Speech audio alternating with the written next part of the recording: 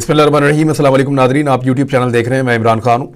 दो बड़ी डेवलपमेंट्स है आज के लिए। एक तो इमरान खान साहब को घर से निकलना पड़ा दोबारा अदालतों की पेशियों के लिए, अपनी ज़मानतों के लिए। बहुत सारे लोग ये सवालात उठा रहे हैं कि इमरान खान साहब खुद ज़मानतें करा रहे हैं और अपने दोस्तों को, अपने साथियों को वो गिरफ्तार करवा रहे हैं। इस पॉलिसी के ऊपर कुछ लोग तनकीद भी कर रहे हैं और कुछ हद तक उनकी तनकीद जायज़ भी है। लेकिन इमरान खान साहब ने इन केसेस में गिरफ्तारी नहीं देनी। अगर उन्होंने गिरफ्तारी देनी है तो उन्होंने जेल भरो तहरीक में जो गिरफ्तारी देनी है वो अलामती गिरफ्तारी देनी है, सियासी नौयत की, जिससे लोगों का खौफ टूटे जेल में जाने से। ऐसा तो नहीं है कि एक फेक केस, जो झूठा केस बना हुआ है, उसके अंदर वो गिरफ्तारी दें और उसके अंदर फिक्स करवा लें अपने आप को। तो वो साथ साथ अपनी जमानतों का प्रोसीजर भी देख रहे हैं और जिस वक्त उनको ये लगेगा कि अब यहां पे इस मरहले पे उनको खुद गिरफ्तारी देनी हो सकता है वो दे दें। लेकिन दूसरी जो बड़ी डेवलपमेंट है, एक तो इमरान खान साहब इस्लामाबाद गए, वापस आए, वो मैं आपको बताता हूं क्या हुआ। दूसरी जो बड़ी डेवलपमेंट है वो सुप्रीम कोर्ट ऑफ पाकिस्तान से है। सुप्रीम कोर्ट ऑफ पाकिस्तान ने फैसला महफूज कर दिया है। फैसला किस नौयत का आने वाला है, इसके लिए मैंने वहां पे सुप्रीम कोर्ट में जो सहाफ़ी मौजूद थे उनसे और जो वकला मौजूद थे उनमें से कुछ से रब्ता किया। जो इन्फॉर्मेशन इकट्ठी की मैं आपके साथ अभी शेयर कर लेता हूं कि सुप्रीम कोर्ट ऑफ पाकिस्तान कल सुबह 11 बजे जब फैसला सुनाएगी तो क्या होने के इम्कानात ज्यादा है। सबसे पहले तो इमरान खान साहब के 3 मामला थे। एक तोशा खाना वाला मामला था, वारंट गिरफ्तारी थे, वहां पे उनको जमानत करवानी थी। दूसरा उनका जो एक ममनुआ फंडिंग वाला केस है उसमें उनको जमानत करवानी थी। और तीसरा जो इमरान खान साहब का केस है वो दहशतगर्दी का उन पर मुकदमा बनाया गया एक एहतजाज के नतीजे में, उसमें उनको जमानत करवानी थी। इमरान खान साहब सुबह जब निकले जमान पार्क लाहौर से तो बहुत बड़ी तादाद में लोग उनके साथ निकले थे और बहुत सारी गाड़ियां पाकिस्तान तहरीक इंसाफ की लाहौर से उनके साथ शामिल हुई। कुछ लोग रास्ते में शामिल होते रहे, जगह जगह उनका इस्तकबाल होता रहा। वो बहुत तेजी से जाना चाहते थे लेकिन फिर भी उनको टाइम लगा और हर जगह पे लोगों ने, जितने भी मोटरवे के ऊपर से पुल गुजरते हैं वहां से लोगों ने फूल फेंके इमरान खान साहब की गाड़ियों पे। सारे रास्ते फूलों की बारिश होती रही और इमरान खान साहब जो हैं वो अदालत के लिए इस्लामाबाद टूल प्लाजा उन्होंने क्रॉस किया तो इस्लामाबाद के लोग भी बाहर आ गए। तो बहुत बड़ी तादाद में अवाम जाकर अदालत के बाहर इकट्ठी हो चुकी थी। वहां पे इमरान खान साहब पहुंचे, रश बहुत ज्यादा था, धक्कम पेल बहुत ज्यादा थी। पुलिस सुबह से लोगों को दाखिल होने से रोक रही थी, खारदार ताने लगाई गई थी, रुकावटें खड़ी की गई थी और कुछ इस तरह के वाकयात भी हुए जो बड़े अफसोसनाक थे। स्पेशली अदालत के बाहर जो सहाफ़ियों के साथ इस्लामाबाद पुलिस का रवैया था वो इंतहाई काबिले मुज़म्मत और नामुनासिब रवैया था। यानी पुलिस इस्लामाबाद की जो है उन्होंने जो इज्जत कमाई है इस सारे रिजीम चेंज ऑपरेशन के बाद, इस बात का उन्हें जवाब देना पड़ेगा।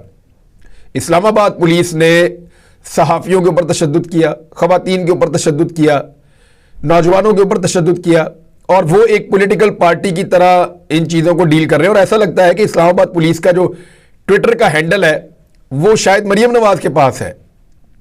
ऐसा महसूस होता है उनके ट्वीट्स पढ़ के। ऐसा लगता है कि इमरान खान की नफरत में अंधा हुआ कोई पागल आदमी जो है वो इस ट्विटर को हैंडल कर रहा है। यानी आज एक ट्वीट किया कि एक इस तरह के हुलिये का आदमी गाड़ी के पास देखा गया है और वो दहशतगर्द हो सकता है। अब उसको पकड़े भी जाके अगर आपने देख लिया तो वो कहते हैं जी लोग यहां से चले जाएं, क्योंकि आज कुछ इतलात के मुताबिक इमरान खान साहब को गिरफ्तार करने का प्लान किया गया था और इमरान खान साहब को अकेला करके गिरफ्तार करना था। सबको यह लगा कि बड़ी तादाद में लोग इमरान खान के साथ जमा नहीं होंगे और वर्किंग डे में यहां इस्लामाबाद के अंदर भी लोग इकट्ठे नहीं होंगे, लेकिन यह उसका उलट हो गया। इमरान खान साहब मोटरवे पे थे तो उनके साथ सैकड़ों गाड़ियां साथ चल रही थी। जब वो इस्लामाबाद उतरे तो ये हजारों का काफिला बन गया, लोग हजारों की तादाद में साथ आ गए और जब अदालत के बाहर पहुंचे तो फिर एक पूरा जलसा गाह थी, पूरा जलसा पूरा ही चल रहा था अदालत की जानिब। और ये बगैर किसी कॉल के है। पाकिस्तान तहरीक इंसाफ ने, इमरान खान साहब ने इसके लिए लोगों को बुलवाया नहीं, कोई कॉल नहीं दी, लोग उनका इस्तकबाल करने के लिए आए थे। तो ये अदालत के अंदर इमरान खान साहब गए तो उनकी 2 जमानतें तो कंफर्म हो गई। एक जो मामला है ममनुआ फंडिंग वाला वो भी, और दूसरा जो दहशतगर्दी की अदालत के अंदर उनका मामला था वो भी। अब जो तीसरी थी तोशा खाना में, वहां पे उनकी जमानत कंफर्म नहीं हुई बल्कि उनके गिरफ्तारी के वारंट जारी हो गए। उसके बाद एक ऐसी सूरत हाल बनाई गई और हुकूमत ने पूरा असेसमेंट किया कि क्या यहां से इमरान खान साहब को गिरफ्तार किया जा सकता है और हर तरह की असेसमेंट के बाद जवाब यह गया कि इस आदमी को यहां से गिरफ्तार नहीं किया जा सकता क्योंकि बहुत बड़ा सानिया हो सकता है। लोग इमरान खान की गाड़ी और इमरान खान का साथ छोड़ने के लिए बिल्कुल तैयार नहीं है।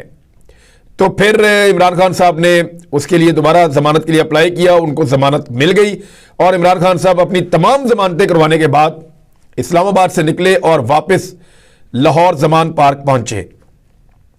इमरान खान साहब जब सुबह जमान पार्क से निकले तो इमरान खान साहब की जमानत कैंसिल होगी तोशाखाना केस में, इसका आइडिया लाहौर की इंतजामिया को कैसे हुआ, ये एक बड़ा सवाल है। क्योंकि जैसे ही इमरान खान साहब जमानत पार्क से निकले तो फौरी तौर पे पुलिस ने वो रुकावटें जो इमरान खान साहब की हिफाजत के लिए उनकी गली के अंदर लगाई गई थी, अंदर बंद गली में, वो रुकावटें पुलिस ने उठाना शुरू कर दी और ट्रकों में भर के लेकर जा रहे थे। कारकुन वहां पर थोड़े बहुत जो जमा हो गए, उन्होंने पुलिस के सामने मुजामत की और इंतजामिया को उन्होंने कहा कि आप ये कहां लेकर जा रहे हैं, ये तो इमरान खान साहब ने वापस आना है। और इसके ऊपर वहां पे दींगा मुश्ती भी हो गई, लेकिन पुलिस और इंतजामिया वो रुकावटें उठाकर ले गई, कैंप उन्होंने उखाड़ दिए। ऐसा लगता था कि इमरान खान साहब के बारे में ये मनसूबा बना लिया गया है कि वो इस्लामाबाद से वापस लाहौर नहीं पहुंच पाएंगे और शायद इंतजामिया को पहले पता था कि एक जमानत इमरान खान साहब की खारिज हो जाएगी और उसमें उनके वारंट गिरफ्तारी जारी होंगे और वहां पर उनको गिरफ्तार कर लिया जाएगा। लेकिन सिचुएशन कंट्रोल से बाहर हो गई।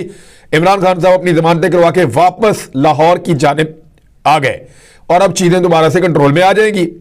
दूसरी जानिब जो इमरान खान साहब पे गोलियां चलाने वाला मुलजिम है नवीद, वो मुलजिम जब अदालत में पेश होता है तो आपको पता है वीडियो लिंक के जरिए से होता है। उसकी वजह पता क्या है कि उस मुजरिम की जान को खतरा है, यानी मुजरिम की जान को खतरा है, इसलिए उस मुजरिम को जब भी अदालत में पेश किया जाता है तो उसको पेश किया जाता है वीडियो लिंक के जरिए से। देख लीजिए आप, जबकि जिसके ऊपर गोलियां चली हैं, जिसको जान से मारने की कोशिश की गई है, उसको प्रैक्टिकली जाके अदालतों में पेश होना पड़ता है। तो निज़ाम इंसाफ के अंदर प्रॉब्लम्स तो है और ये प्रॉब्लम्स का फायदा उठा के कोई भी इमरान खान का नुकसान कर सकता है। अब हुकूमत की जानिब से यह तंबीह की गई है कि हमला भी हो सकता है, अटैक किया जा सकता है, दहशतगर्द भी शामिल है बीच में, ये सारा कुछ उन्होंने किया। लेकिन हमारा सवाल यह है कि आज कितने दहशतगर्द गिरफ्तार किए जो इमरान खान पर हमला करने आए थे। अब वो बंदे गिरफ्तार करके दिखाएं जिनके बारे में वो ये कह रहे हैं कि वो साथ मौजूद थे। एक्चुअली इमरान खान को गिरफ्तार करना उनकी नीयत थी, लेकिन वो ये कर नहीं पाए। दूसरी जो सबसे बड़ी खबर है वो ये है कि अब इंतखाबात कब होंगे। सुबह 11 बजे सुप्रीम कोर्ट ऑफ पाकिस्तान का फैसला आने वाला है। लेकिन सुप्रीम कोर्ट के फैसले पर जाने से पहले मैं आपको एक बात बताऊं कि एक गेट जो है जुडिशियल कम्प्लेक्स का, वो टूट गया और टूटा ऐसे कि लोगों का प्रेशर इतना ज्यादा था और इंतजामिया ये चाह रही थी कि सिर्फ इमरान खान की गाड़ी अकेली अंदर आए। अब ये मुमकिन नहीं होता जब हजारों की तादाद में लोग मौजूद हों और एक पूरा वेव ऐसे चल रहा हो। तो जिस वक्त लोगों का एक धक्का लगा तो वो दरवाजा खुल गया, टूट कर खुल गया और दरवाजे का मामूली नुकसान हुआ। लेकिन इस मामूली नुकसान के बाद बहुत बड़ी तादाद में लोग अंदर दाखिल हो गए, इमरान खान साहब की गाड़ी भी अंदर दाखिल होगी और फिर वो अदालत तक चले गए।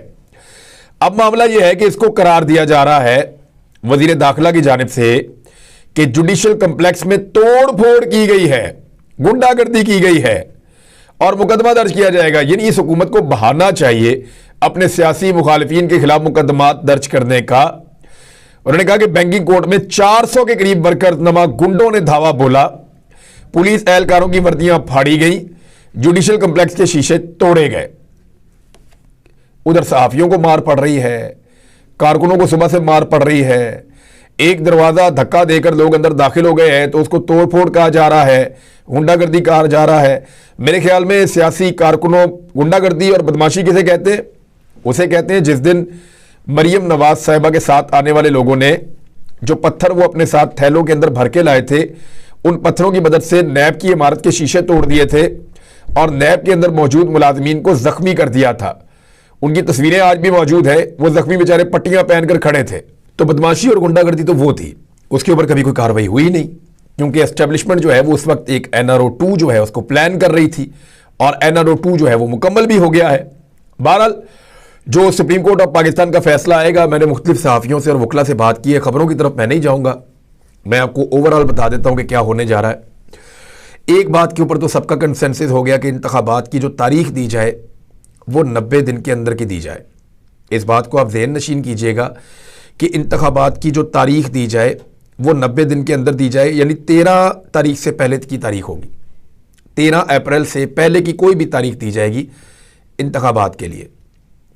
अब ये अलग बात है कि इंतखाबात की तारीख देने के बाद इलेक्शन कमीशन ऑफ पाकिस्तान अपने इख्तियारात इस्तेमाल करते हुए ये कहे कि अभी ये इलेक्शन नहीं हो सकता, फला फला वजूहात की बिना पर हम इस इलेक्शन को थोड़ा सा आगे लेकर जाना चाहते हैं। थोड़ा सा आगे का मतलब यह है कि चंद हफ्ते, और चंद हफ्ते का मतलब यह है कि मैक्सिमम 2 या 3 हफ्ते। यानी ये इलेक्शन अगर तो एक तो 90 दिन की तारीख आएगी। इसमें एक चीज तो बड़ी क्लियर है, क्योंकि गवर्नर खैबर पख्तूनख्वा ने समरी के ऊपर साइन किए थे, लिहाजा supreme court of Pakistan governor Khyber Pakhtunkhwa को यह हुक्म जारी करेगी कि वो, और इसके ऊपर मुझे लगता है कि मुतफिका तौर पे हुक्म जारी किया जाएगा कि वो इंतखाबात की तारीख आईने पाकिस्तान के मुताबिक 90 दिन के अंदर की दें इलेक्शन कमीशन को। वो तो मामला हो जाएगा क्लियर और उस पर फिर तारीख देनी पड़ेगी। पंजाब के अंदर क्योंकि गवर्नर ने दस्तखत नहीं किए थे, तो इस सूरत में एक कानूनी नुक्ता मौजूद है, आईनी नुक्ता एक मौजूद है, और उसमें जजेस की तकसीम हो सकती है राय। वो बज़ाहिर दिखाई दे रहा था सुप्रीम कोर्ट ऑफ पाकिस्तान में, लेकिन यहां पर भी गवर्नर को ही कहा जाएगा या इलेक्शन कमीशन को कहा जाएगा या कोई तरीकाकार निकाला जाएगा कि इंतखाबात की तारीख दी जाए, वो भी 90 दिन के अंदर अंदर। अब एक तो मैं आपको क्लियर कर दूं कि जो अदालत तारीख देगी वो 90 दिन के अंदर की देगी। इससे पहले अदालत ने एक और कोशिश की कि आप कंसेंसस पैदा कर लें, पॉलिटिकल पार्टीज पीटीआई और पीडीएम आपस में, और एक तारीख पे आ जाए। आप बहुत देर से करवाना चाहते हैं आप पीछे आ जाए, ये जल्दी करवाना चाहते हैं ये आगे चले जाए, कोई एक मुतफिका तारीख आ जाए। इस पे बात बनी नहीं, तो फिर जज साहिबान ने कहा कि फैसला हमने महफूज कर लिया है और हम कल फैसला सुना देंगे 11 बजे। अब 11 बजे बुध की सुबह फैसला सुनाया जाएगा। मैंने आपको थोड़े दिन पहले यह कहा था कि यह मामला बुध वाले दिन से आगे नहीं जाएगा, मैक्सिमम मंगल को या बुध को यह हो जाएगा, और मंगल को फैसला हो गया और बुध को यह फैसला सुनाया जाएगा। एक तो इस बात का बंदोबस्त किया जाएगा कि 90 दिन के अंदर इंतखाबात करवाए जाए, लेकिन उसके बाद इलेक्शन कमीशन ऑफ पाकिस्तान अगर एक नई डेट देने की कोशिश करता है तो यह मामला वापस अदालत में चला जाएगा, और अगर यह मामला वापस अदालत में जाता है तो चंद हफ्ते से ज्यादा डिले इलेक्शन में नहीं हो सकता, जब तक कि पाकिस्तान में खुदा ना खास्ता कोई बहुत बड़ा वाकया ना हो जाए, तो डिले हो नहीं सकता। मोहतरमा बेनजीर भुट्टो की शहादत के बाद भी पाकिस्तान में इंतखाबात हुए थे, और बहुत ताखीर से नहीं हुए थे, चंद हफ्तों के बाद हो गए थे। उससे बड़ा वाकया तो हमारे पास माजी में कोई ऐसी मिसाल नहीं मिलती। तो तब भी पाकिस्तान में इंतखाबात हुए थे, तो अब भी पाकिस्तान में इंतखाबात होंगे, और इंतखाबात होंगे 90 दिन के अंदर की तारीख दी जाएगी। अगर उसको आगे ले जाने की कोशिश की गई तो फिर उसमें supreme court of Pakistan maximum चंद हफ्ते से ज्यादा आगे नहीं जाने देगा। यह मामला दोबारा अदालत में आ सकता है, इस बात को याद रखिएगा। अब इलेक्शन होंगे कब? देखिए, अगर आइन और कानून के मुताबिक हो और सहूलतकार इस बात को मान लें कि चले अब डेट आ गई है, इस पर इलेक्शन करवा दिए जाएं, और एस्टेब्लिशमेंट इस बात को तस्लीम कर ले कि कोई बात नहीं, इमरान खान जीत रहा है तो जीतने दें, अवाम को फैसला करने दें, तो फिर तो रमजानुल मुबारक के अंदर इंतखाबात हो जाएंगे। 9 तारीख सबसे सूटेबल तारीख है, 9 अप्रैल को हो जाएंगे इंतखाबात। लेकिन अगर वो हटदर्मी दिखाते हैं और दोबारा से तारीख आगे जाती है, तो भी मई के आगाज में और अप्रैल के आखिर में, इसी बीच में कहीं ये इंतखाबात होंगे, क्योंकि छोटी ईद को गुजारा जाएगा और उसके बाद या अगला इतवार या उससे अगला इतवार, यानी ये 10 मई से पहले पहले ये इंतखाबात फिर होने हैं। इससे ज्यादा आगे जा नहीं सकते, इससे ज्यादा आगे जाने की वजह नहीं है। और एक चीज जो बड़ी अच्छी सेटल हो गई है सुप्रीम कोर्ट ऑफ पाकिस्तान में, बड़ी क्लियर हो गई है कि ये जो आपके पास मर्दमशुमारी का रिकॉर्ड मौजूद होता है उसी के ऊपर इंतखाबात होते हैं। इस बुनियाद पर कि हमने एक नई मर्दमशुमारी करनी है, आप इंतखाबात को डिले में नहीं डाल सकते। तो यह बात भी क्लियर होके सेटल हो चुकी है। अब मामला यह है कि मकबूलियत का आलम यह है कि लाहौर से इमरान खान साहब इस्लामाबाद तक गए और पूरे रास्ते में ऐसा लगता था कि इलेक्शन की एक कंपेन है, और राजनपुर के इलेक्शन में जो दुर्गत बनी है पीडीएम की, वो भी आपके सामने है।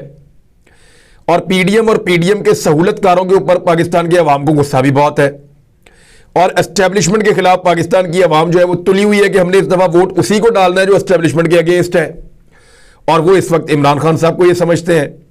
और ये जो महंगाई बेरोजगारी, ये जो हालात खराब हुए हैं गवर्नेंस के, पाकिस्तान के अंदर एक बदतरीन माशी सूरत हाल है, उसके लिए भी लोग जिम्मेदार इसी पीडीएम की हुकूमत को समझते हैं। तो इस वक्त इलेक्शन सूट तो उनको नहीं करता, लेकिन इलेक्शन गले पड़ा हुआ है। ये अगर आईने पाकिस्तान के मुताबिक 90 दिन में ना भी करवाएं तो ये मैक्सिमम इसको 20 दिन और खींच सकते हैं, 2-3 हफ्ते, इससे ज्यादा आगे जा नहीं सकते। तो इंतखाबात तो लड़ने पड़ेंगे और इंतखाबात का सामना करना पड़ेगा। अब सामना कैसे करेंगे, कुछ और चीजें आपको अगले वीलॉग में बताऊंगा। अब तक के लिए इतने, अपना ख्याल रखिएगा, अपने चैनल का भी। अल्लाह हाफिज।